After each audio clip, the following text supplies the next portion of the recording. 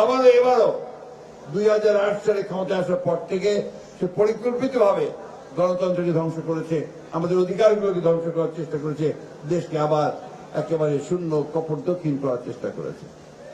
আমরা সেখানে আর ফিরে যেতে চাই না। চাই আমরা? আমাদের বয়স হয়ে গেছে, আমরা কিছুদিন পরে এই পৃথিবীতে থাকবো না, কিন্তু এই তরুণরা থাকবে, এই যুবকরা থাকবে, ছাত্ররা থাকবে, শ্রমিকরা থাকবে। তাদের দেশটাকে তাদের মতো করে গড়ে তুলতে হবে বন্ধুগণ। আজকে নতুন বাংলাদেশ গড়ার কথা এসেছে। আমরাই বলেছি 2 বছর আগে 31 দফা দিয়েছিলাম, বারবার করে বলেছি যে 31 দফার ভিত্তিতে দেশের সত্যিকার অর্থে একটি গণতান্ত্রিক রাষ্ট্র নির্মাণ করতে হবে, মানুষের অধিকারগুলোকে নিশ্চিত করতে হবে। আজকে চমৎকার একটা পুলিশ ব্যবস্থা, চমৎকার একটা বিচার ব্যবস্থা, চমৎকার একটা আপনার প্রশাসন ব্যবস্থা, অর্থনীতি সমস্ত সুন্দর করে গড়ে তুলতে হবে। সেই